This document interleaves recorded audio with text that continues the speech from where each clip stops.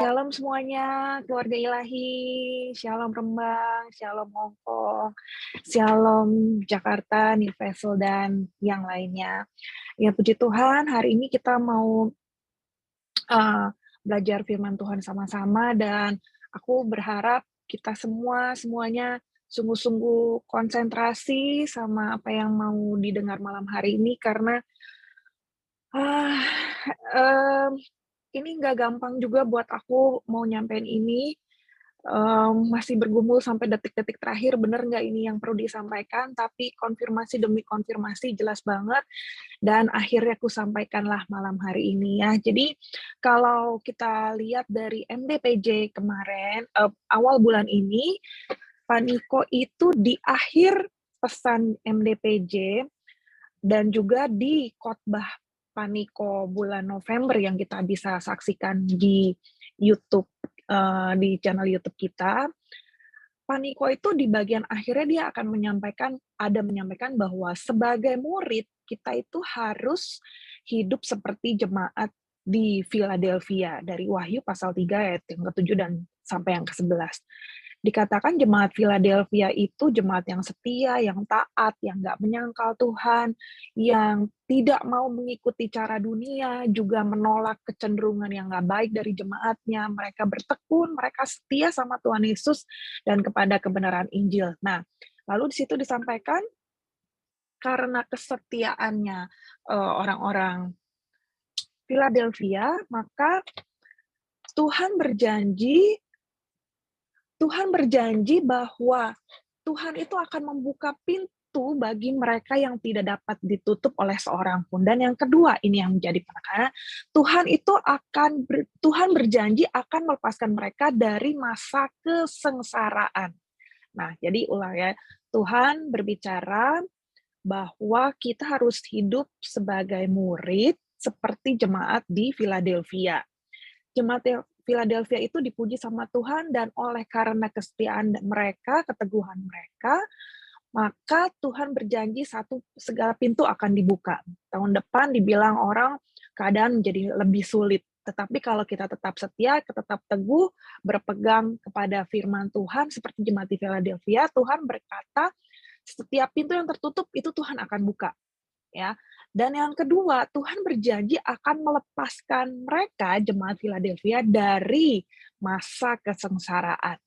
Nah, janji Tuhan untuk melindungi orang-orang yang setia di Philadelphia ini, yang dikatakan akan dilepaskan, diluputkan dari murka yang akan datang, ini mirip dengan apa yang disampaikan Paulus kepada jemaat di Tesalonika, ya, bahwa ya itu tadi akan dilepaskan, diluputkan dari murka yang akan datang. Nah, terus ngomong mengenai hari penghukuman terhadap dunia, di situ juga ada bicara mengenai pembukaan materai-materai, peniupan sangkakala, lebih arah kepada akhir zaman gitu ya, arah-arahnya ke situ. Dan di penutup dari khotbah Paniko bulan ini, endingnya tuh Paniko ingetin bahwa Tuhan Yesus mengingatkan sekali lagi, "Aku datang segera." Saudara yang belum menyimak khotbahnya Paniko, saudara simak, perhatikan baik-baik ya, kalau Bapak Gembala Pembina kita menyampaikan pesan, setiap kali tangkap sungguh-sungguh, perhatikan sungguh-sungguh, dan kita berusaha menangkap apa yang Tuhan mau gitu.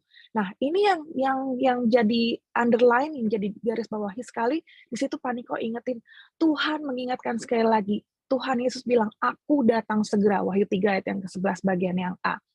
Terus saudara itu masih ragu-ragu ya, aduh aku mesti ngomong ini nggak ya? Terus ternyata tadi ya, hari ini kemarin, terima VOP, Voice of Pentecost yang akan diputar hari Minggu nanti, ternyata judul dari VOP-nya, dan saya udah dengerin duluan, saudara, saya udah nyuri start duluan nih, saya udah dengerin duluan karena saya udah terima duluan. Nah, judul dari VOP hari Minggu nanti, judulnya adalah Perang Tanda Akhir Zaman, tanda tanya, gitu ya. Nah, kalau kita lihat juga kan sekarang sedang terjadi nih peperangan antara Rusia sama Ukraina. Ya saya nggak ngomongin politik lah ya, tapi kita lihat nih, peperangan terjadi iya, dan ini berdampak kepada keadaan dunia secara global, ya.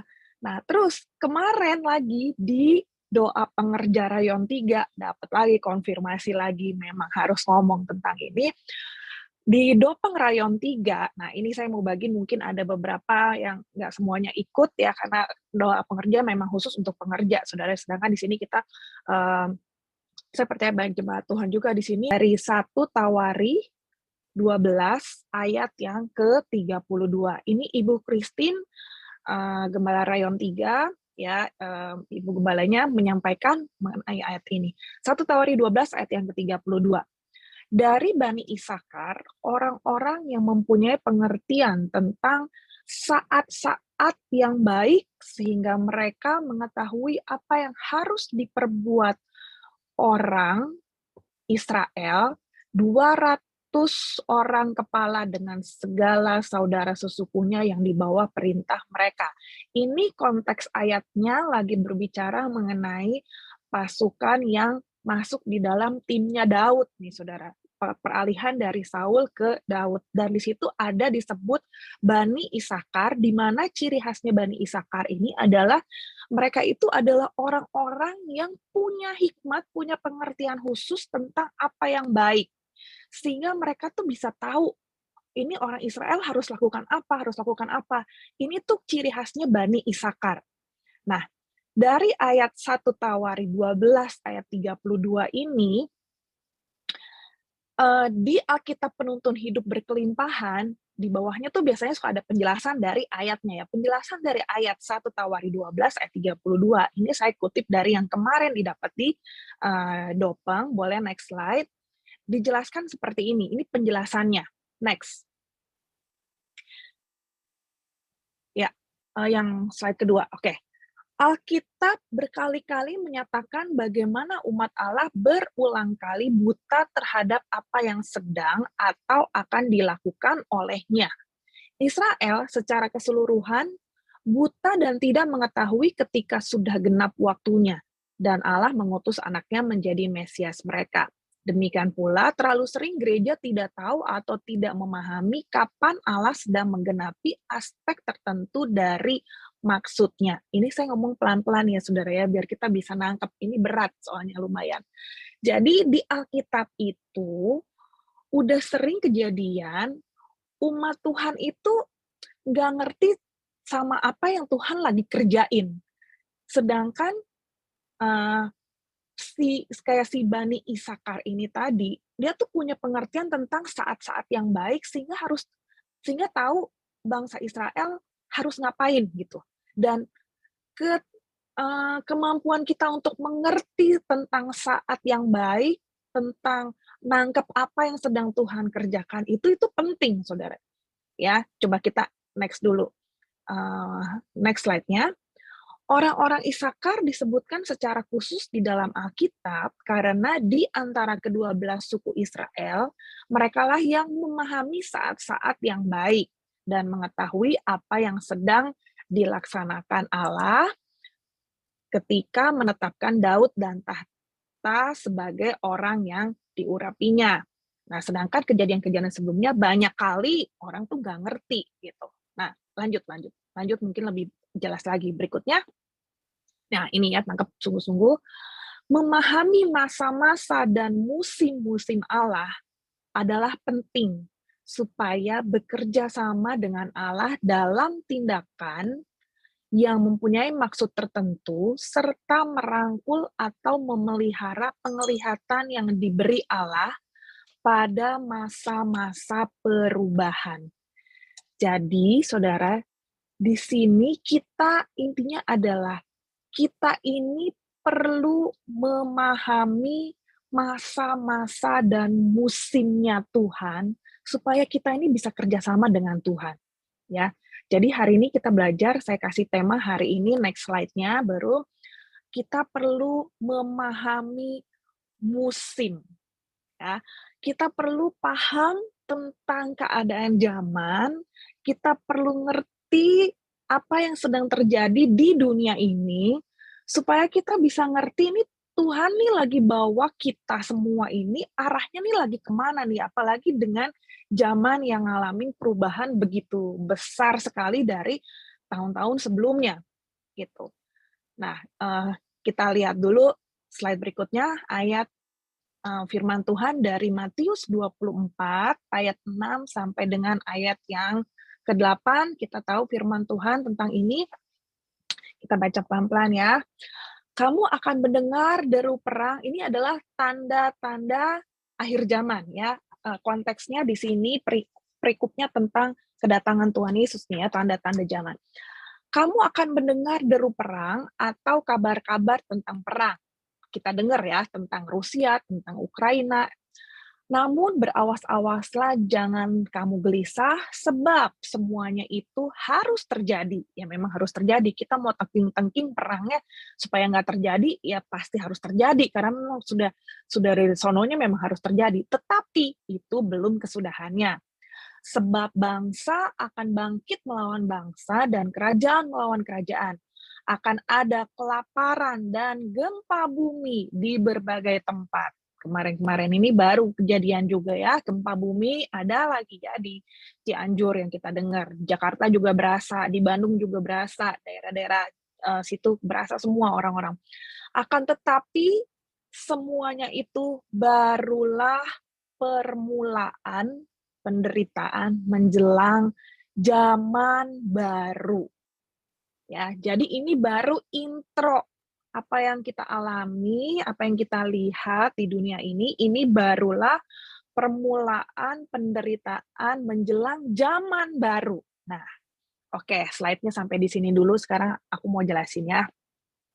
Nah, jadi kita lihat apa yang udah kelihatan sekarang dengan adanya perang, ya, dengan adanya segala bencana, ada gempa bumi, ada kelaparan, ada di Eropa sekarang sedang ngalamin krisis energi, listrik mahal banget, air juga kesulitan, ya mahal sekali, mandi mesti diirit-irit, kayak gitu. Nah, ini tuh baru permulaan menjelang zaman baru. Kita setuju nggak kalau dibilang zaman ini sekarang udah zaman yang baru, saudara? Dibandingkan dengan katakanlah 10 tahun yang lalu, nggak usah 10 tahun yang lalu, sebelum pandemi aja zamannya udah beda, ya. Sekarang kita zaman yang baru ini sekarang sedang diarahkan kepada apa-apa itu serba digital. Apa-apa semuanya pakai teknologi gitu ya. Kalau nggak pakai teknologi rasanya udah ketinggalan zaman gitu ya, karena zamannya sekarang udah baru gitu. HP HP kayaknya udah nggak ada deh yang masih pakai HP jadul yang model balok gitu. Coba kalau masih ada yang punya, itu perlu dilestarikan, saudara ya. Itu jadi barang langka sekarang. Mungkin jadi buat apa? Buat koleksi, boleh buat koleksi di museum gitu ya. Zaman Nokia dulu yang tatut-tatut tuh, yang kecil gitu kan. Apalagi yang model gede gitu udah nggak. Saya yakin nggak ada lagi yang punya lah yang model kayak gitu ya. Nah, sekarang handphone semuanya udah smartphone. Handphone rata-rata semuanya mau nggak mau pakai internet, ya kan? Walaupun mungkin kuotanya batas berbeda-beda gitu kan, tapi rata-rata semuanya udah perlu banget internet. Kalau kita mau masuk ke mendarat aja di satu negara, mau nggak mau harus ada internetnya harus nyala. Karena apa? Harus scan QR code lah, vaksin pasnya lah, segala macam ya kan. Ini zaman ini tuh sadari bahwa ini tuh zaman sekarang tuh udah zaman yang baru nih gitu ya. TV, sekarang ngomong TV. Rasanya di Hong Kong, kalau buat di Hong Kong ya, di Hong Kong TV kotak tuh udah nggak ada, udah nggak pakai TV yang analog tuh yang masih tebel gitu, udah nggak ada. Nggak tahu kalau di Indonesia ya masih ada apa nggak. Kalau di Hong Kong udah nggak ada, udah nggak pakai. Jadi per waktu bulan apa, tahun kapan itu udah ada pengumuman. Pokoknya mulai tanggal sekian, TV udah nggak dipakai lagi, TV yang gede ya, TV tabung tuh yang gede itu udah nggak ada lagi ya kan. Semuanya udah model yang TV-nya juga udah TV yang model baru ya. Berlanjut lagi sekarang kepada soal uang ya. Sekarang lama-lama orang jadi cashless, nggak pakai uang secara tunai lagi, tapi semuanya udah Fongpin, udah lebih nyaman. Fongpin Indonesia nggak tahu, udah lebih nyaman dengan kayak transferan gitu ya. salah satunya juga karena faktor, nggak kepengen megang duitnya juga bisa jadi gitu kan, karena kan megang uangnya kotor gitu kan. Kalau mau bayar-bayar terus males megang recehan segala macam, udah transfer-transfer. Lama-lama nanti semua uang yang tunai itu udah nggak kepakai lagi, semuanya udah mainnya digital semua. Apalagi nanti, akan bergerak lagi kepada soal cryptocurrency lah segala macam gitu ya. Nah, seperti itu. Kalau sekarang TV masih ada di Indonesia, tadi katanya TV kotak masih ada, nanti bentar lagi juga lama-lama udah raib tuh TV kotak, lama-lama di Indonesia juga bakal udah nggak dipakai lagi. Nah, mobil, oke, sekarang mobil masih pakai bahan bakar bensin masih banyak, tapi sekarang udah ada yang baru, pakai listrik kan, ada mobil yang pakai listrik.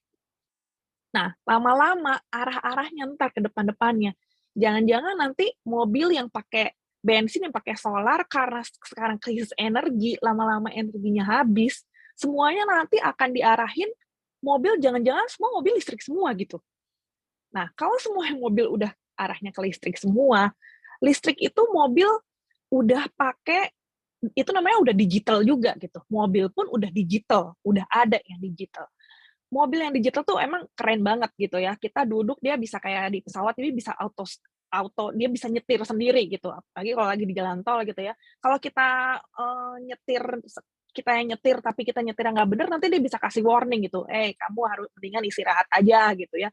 Bisa seperti itu. Nah, jadi lama-lama semua itu dunia yang sekarang kita sedang jalani ini perubahannya sedang memasuki perubahan kepada zaman baru yang semuanya sedang berubah, berubah, dan berubah, ya.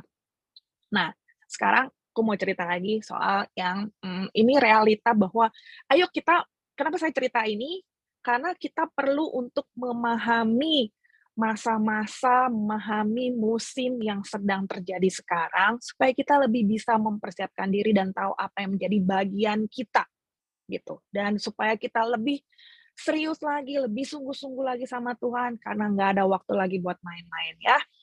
Nah, saudara, eee kalau yang ngikutin berita mestinya tahu perkembangan, Saudara ya, bahwa Saudara tahu nggak ada perdana menteri yang baru di Inggris, di mana menggantikan perdana menteri yang sebelumnya yang cuman 50-an hari.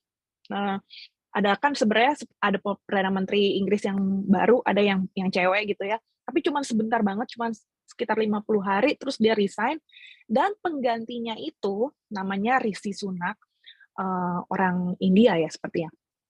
Dia itu tanpa, eee, tanpa ada voting atau apa segala macam, dia langsung terpilih gitu, karena dia dulu timnya perdana menteri yang sebelumnya, gitu kan. Nah, udah itu aku nggak cerita sejarah itunya lah, tapi yang perlu kita tahu adalah, si Rishi Sunak itu, mertuanya dia, itu adalah pemilik perusahaan yang memproduksi chips untuk uang digital. Nah, tadi kan aku cerita, nih kita nih dunia ini lama-lama dunianya jadi dunia digital gitu kan. Nah, uang itu arah-arahnya uang pun akan menjadi uang digital. Si Rishi Sunak ini dia tuh orang super duper kaya banget, bahkan si Raja Charles aja kalah kalah kalah tajir sama dia gitu ya. Dia tuh tajir banget, dia tuh kayak melintir, pokoknya tajir melintir banget, Saudara ya. Mertuanya dia itu adalah memproduksi chips untuk uang digital yang disebut CBDC, Central Bank Digital Currency. Dan ini yang akan menguasai dunia kelak, gitu. Dan ini mereka punya target untuk, jadi ini apa, bukan organisasi apa ya, si Central Bank Digital Currency ini ya, dia ya kalau yang ngerti cryptocurrency ya itu, sedang mempersiapkan ini untuk akhirnya nanti ekonomi dunia itu mata uangnya pakai digital dan semua jadi satu, sama semua. Nah, ini dia nih, gitu, dedengkotnya kalau orang Sunda bilang dedengkot gitu ya. Nah, World Economic Forum ya sedang mempersiapkan satu sistem ekonomi dunia dan mereka punya target tahun 2030, ini nggak tahu ada apa dengan 2030, tapi banyak di mana-mana banyak disebut 2030 itu menjadi titik awal dari banyak hal. Yang pertama, yaitu titik awal dari sistem ekonomi dunia 2030, si World Economic Forum punya tagline atau punya kayak moto simbol, eee, istilahnya punya kalimatnya seperti ini, saya bacain aja, saya sebutin aja ya. In 2030, you will own nothing but still be happy about it. Ya, aku sengaja nggak taruh di PowerPoint-nya ya daripada ntar gimana-gimana, saya ngomong aja ya. Ini soalnya takutnya sensi. Kalau penasaran, ya dengerin aja saya ngomong, boleh search kata-kata saya ya. In 2030, you will own nothing but still be happy about it. Tahun 2030, ini si sistem ekonomi dunia punya moto, tahun 2030 kamu bakal nggak punya apa-apa pun bakal tetap happy. Nah, kalau kita tahu tagline-nya mereka seperti ini, apakah ada hubungannya dengan Wahyu 13 ayat 16 sampai 18? Ditambah lagi ini hubungannya udah ngomong soal eee, persiapan, sistem ekonomi dunia jadi satu, pakai chip segala macam. Nah, apakah ada hubungan dengan ini? Kita buka sekarang slide berikutnya, slide yang ke-7, ya. Dan ia menyebabkan sehingga kepada semua orang, kecil atau besar, kaya atau miskin, merdeka atau hamba, diberi tanda pada tangan kanannya atau pada dahinya, dan tidak seorang pun yang dapat membeli atau menjual selain daripada mereka yang memakai tanda itu, yaitu nama binatang itu atau bilangan namanya. Yang penting di sini ialah hikmat. Barang siapa bijaksana, baiklah ia menghitung bilangan binatang itu, karena bilangan itu adalah bilangan seorang manusia, dan bilangannya ialah 666. Oke, nah tadi dibilang dia punya tagline-nya, "Kamu bakal nggak punya apa-apa, tapi kamu tetap happy." Apakah ada hubungannya dengan ini? Karena kalau di Wahyu Wahyu, 13 ini, Saudara ya, ini nanti nanti nih kalau di zaman kalau kita belajar, akhir zaman di eee, pada masa antikris itu, eee, orang-orang yang tertinggal itu akan diberi tanda seperti ini untuk bisa berjual beli, gitu ya. Untuk bisa melakukan aktivitas lah gampangnya gitu sehari-hari, harus dikasih tanda, dan kita udah sering dengar, udah tahu banget dengan tanda itu tanda yang seperti apa. Nah, tanda seperti apanya itu, ya ini diberi tanda ini, Saudara ya, secara teknologi itu udah ready, ya. Ada satu, satu apa ya, namanya ID 2020 gitu ya, ID 2020. Mereka udah nyiapin, teknologinya untuk persiapan di zaman atau di masa, masa ini gitu ya. Nah, itu pun mereka punya target di tahun 2030. Si ID 2020 ini intinya adalah lebih kepada sebetulnya sistem pendataan digital. Nah, sebenarnya kita juga sekarang ID card kita sekarang Hong Kong udah Smart ID ya kan, pada ganti semua kan. Itu pun sebenarnya ya ada chipsnya, cuman nggak ditanam aja di badan kita, masih di dalam bentuk kartu.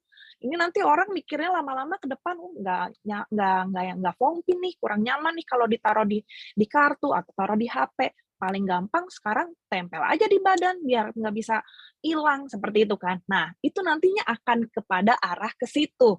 Dan sistem pendataan digital ID 2020 itu sistemnya udah ada dan udah ready, dan mereka punya target 2030 udah bisa dilaksanakan. Itu targetnya mereka ya. Nah, ada video singkat yang bisa kita saksikan di sini. Next slide. Coba kita lihat dulu sebentar ya.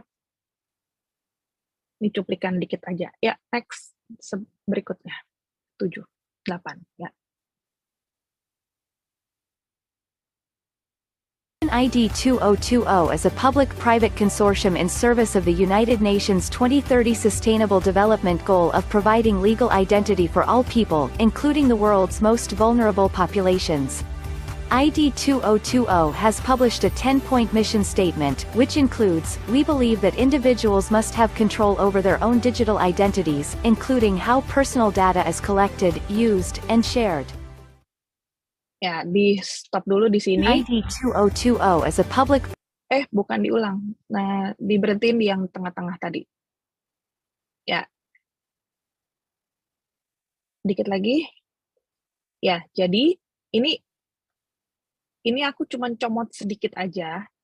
Dikit lagi. Sampai yang berhenti tadi tuh. Ya, next. Ya, oke. Nah, jadi itu tadi ya, jelas ya. Mereka punya target 2030, itu semua orang termasuk yang di daerah terpencil sekalipun, itu udah pakai sistem pendataannya secara digital semuanya.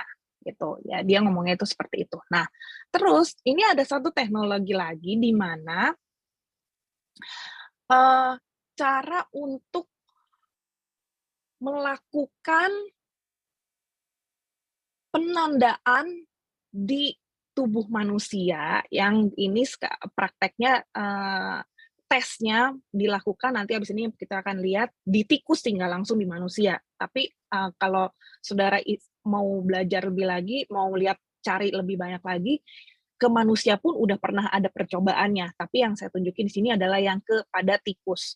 Jadi ini untuk memberi tanda, melakukan tandanya ini dulu kan ngebayanginnya kayak bentuk alat yang katanya segede beras dimasukin ke dalam. Tapi ternyata ini ada teknologi yang lebih canggih lagi, bukan alatnya dimasukin ke dalam gimana, tapi ini kayak cuman model bikin tato doang aja itu udah jadi tandanya gitu. Jadi dia kayak tatonya ini dikerjainnya, ini coba next sedikit ya, nyalain lagi play sedikit. Dia ada keterangannya kok. Bisa nempel di kulitnya itu. Nah, ini ada ya. Pakai enzim, nama enzimnya itu luciferase. Ya bolehlah sambil ditonton boleh. Nah, jadi nama enzimnya aja luciferase ya. Nah, ini si tikusnya udah dicukur dulu. Itu pink itu lampu doang, saudara ya. Nah, terus ini alat buat nge-scan-nya, buat lihat nih. Nah, yang dipegang di tangan kanannya ya, ada warna lampu pink itu adalah si tatonya yang bakal ditempel di kulitnya si tikus. Cepet banget nempelinnya. Cuman ditempelin kayak gitu 2 menit doang. 2 menit distempel ya, setelah 2 menit kemudian udah dilepas. Terus si scannernya dipasang lagi. Nah, nyala lah. Nah, jadi tatonya udah kepasang tuh di situ. Nah, udah berhasil tuh, udah ditandain jadinya gitu. Dah, stop sampai di sini. Itu mereka punya target tadi tahun berapa? Tahun 2030. Ya, 2030 tuh 7 tahun lagi ya. Bentar lagi udah 2023. Nah, terus aku tujuannya bukan mau nakut-nakutin ya guys. Ini kan cuma lagi cerita aja gitu kan. Nah, biar kita mengerti zaman gitu, mengerti apa yang sedang terjadi. Terus, cerita berikutnya lagi. Boleh lihat boleh. Slide 9, slide 10 boleh dilihat. Ini ada tempat di Tanah Edom, ya. Di Tanah Edom itu di mana? Tanah Edom itu di daerah Arab, dekat Jordan, sono, Mesir ya, saudara ya.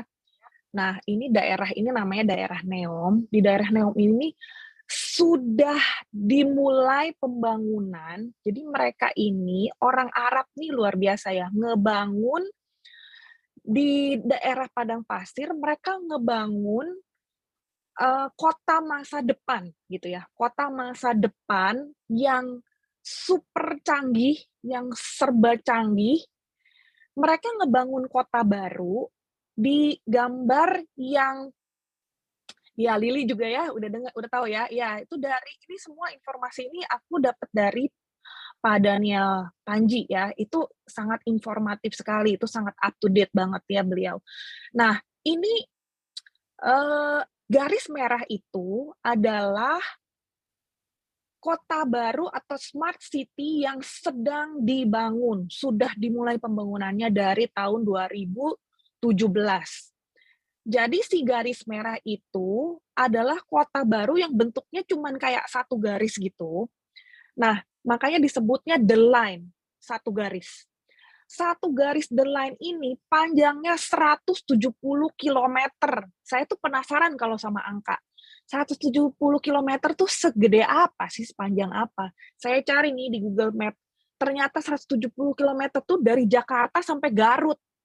Ya, ini dia jadi satu kota. Bayangin, Jakarta sampai Bandung masih lewat lagi. Garut tuh sononya Bandung gitu ya. 170 kilometer panjangnya, tapi lebarnya cuma 200 meter. Makanya jatuhnya nanti jadi kayak cuma satu garis gitu doang, dan bisa masuk 9 juta orang. Hongkong berapa penduduknya, Neng? 7 juta ya?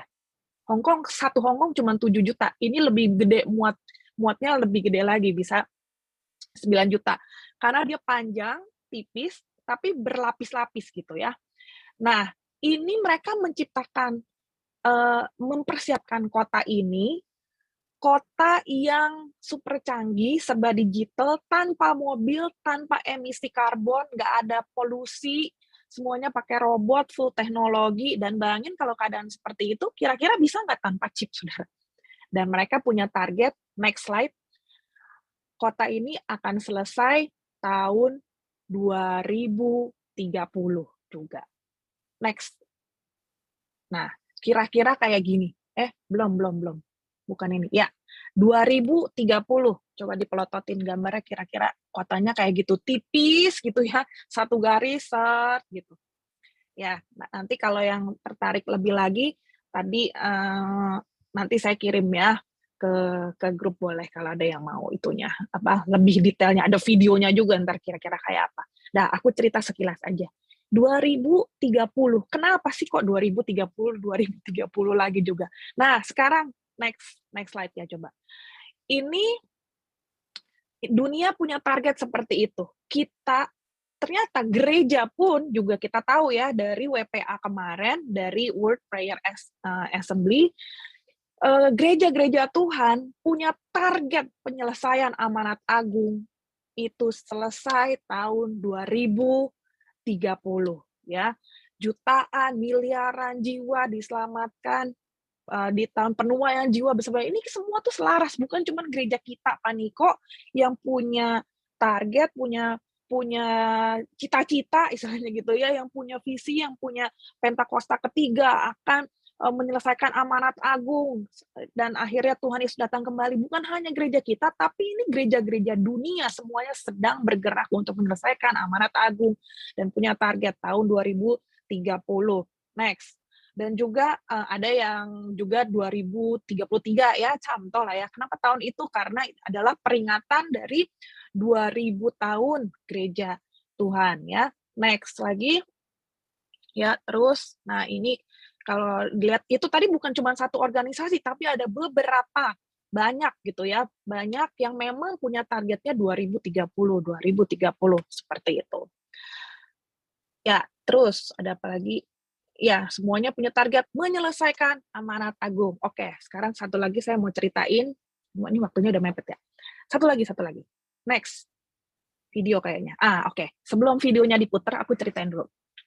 Nah, kita tahu Pak Niko itu ke Korea kan, tanggal 12 sampai 14 Oktober ya.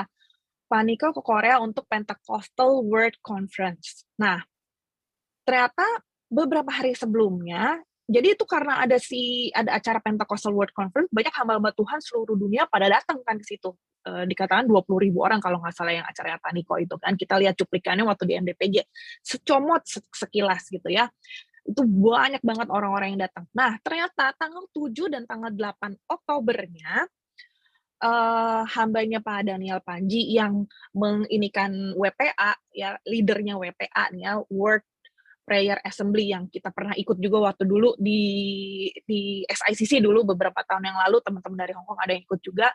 Nah, Pak Daniel Panji ini tanggal 7 sampai 8 Oktober juga ke Korea.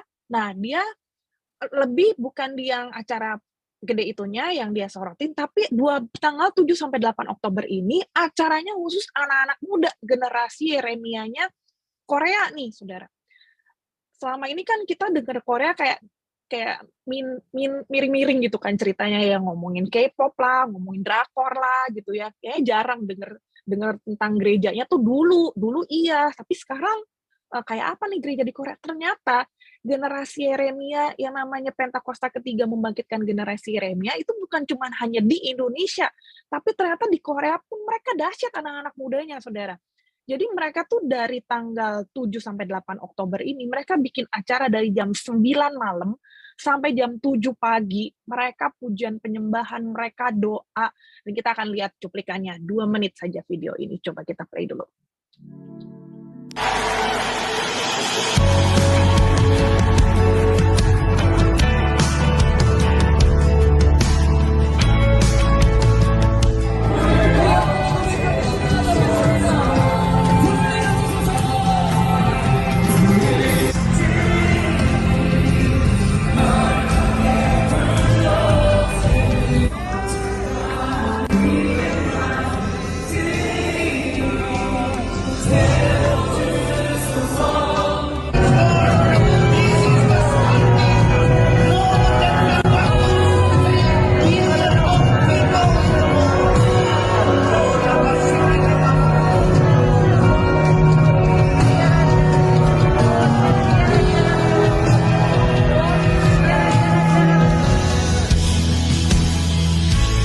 Great is your faithfulness.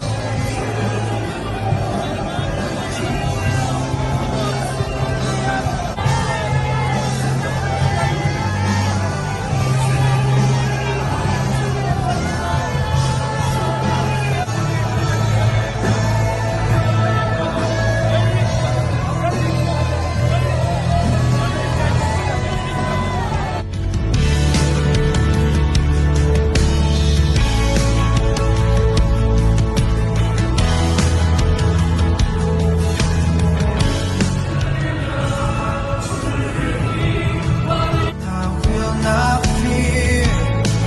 Your promises are unshaken. My faith is sure of nothing more than Christ alone. Ya, mereka juga punya target untuk menyelesaikan amanat agung penuaian jiwa besar-besaran juga di 2030 ya. Nah, kalau kita lihat keadaan seperti ini, terus gimana? Apa yang harus kita lakukan? Apa yang harus kita kerjakan, Saudara? Apakah kita dengan ngelihat tadi saya cerita panjang lebar, "Aduh serem ya, aduh takut ya, aduh gue udah married belum ya tahun segitu ya, aduh cepetan married deh kalau gitu." Apakah mikirnya jadi kayak gitu, Saudara?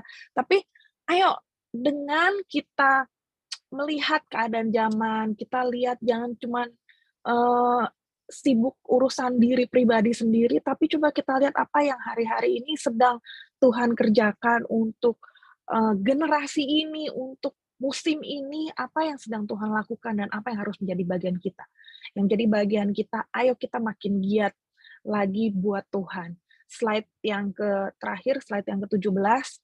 Ya, Ibrani 10 ayat 25. Yuk, yang bisa baca sama-sama ya. Janganlah kita menjauhkan diri dari pertemuan-pertemuan ibadah kita seperti dibiasakan oleh beberapa orang. Tapi marilah kita saling menasehati dan semakin giat melakukannya menjelang hari Tuhan yang mendekat. Kalau kita melihat tanda-tanda tadi, keadaan zaman hari-hari ini, hari Tuhan semakin dekat, ayo kita makin giat lagi dalam Tuhan, makin sungguh-sungguh lagi melakukan ibadah kita. Ibadah itu apa? Saya jelasin di ibadah raya kemarin dan hari Minggu nanti yang belum kebagian ibadah 1, ibadah 2. dan kita mau semakin lebih lagi, slide yang tadi, slide yang ke-16 boleh dimunculin, saya baca singkat aja. Slide yang ke-16, untuk kita menyelesaikan, untuk finish the task, slide 16-nya, ya, finish ya, ini kata-kata depannya semuanya finish, F-I-N-I-S-H ya. Nah, untuk kita menyelesaikan amanat agung, apa yang bisa kita lakukan? Boleh dicicak dulu, ya, bisa dicicak dulu fotonya, sambil nanti pelan-pelan direnungin lagi, dari ini apa yang kita bisa lakukan secara nyata. Yang pertama, F ya, find the words, langsung pakai bahasa Indonesia aja. Temukan ya, orang-orang yang masih belum terjangkau, ya. Ayo cari, temukan orang-orang yang belum terjangkau, ini yang bisa kita lakukan secara real. Lalu yang kedua, kita berdoa syafaat untuk orang-orang yang masih belum terjangkau. Yang ketiga, ayo kita berjejaring, puji Tuhan kita berjejaring dengan gereja baptis di sini untuk sama-sama melakukan sesuatu buat jiwa-jiwa untuk memberi dampak. Lalu yang berikutnya kita berinvestasi, menginvestasikan waktu kita, talenta kita, harta kita buat kerajaan Tuhan. Lalu kirim misionari, ini kalian ini di rumah majikan, ini kalian adalah misionari-misionari yang dikirim di rumah-rumah majikan ke bangsa-bangsa nih, ke Hong Kong nih, luar biasa ya, untuk menjadi saksi Kristus. Dan yang terakhir, kita menuai sama-sama sampai akhirnya seluruh dunia, semua telinga mendengar bahwa Yesus adalah Tuhan. Sampai orang terakhir kita uber, sampai sebisa mungkin kita menangkan jiwa buat Tuhan. Sampai di sini sharing hari ini, sorry overtime, semoga memberkati buat semuanya. Tuhan berkati.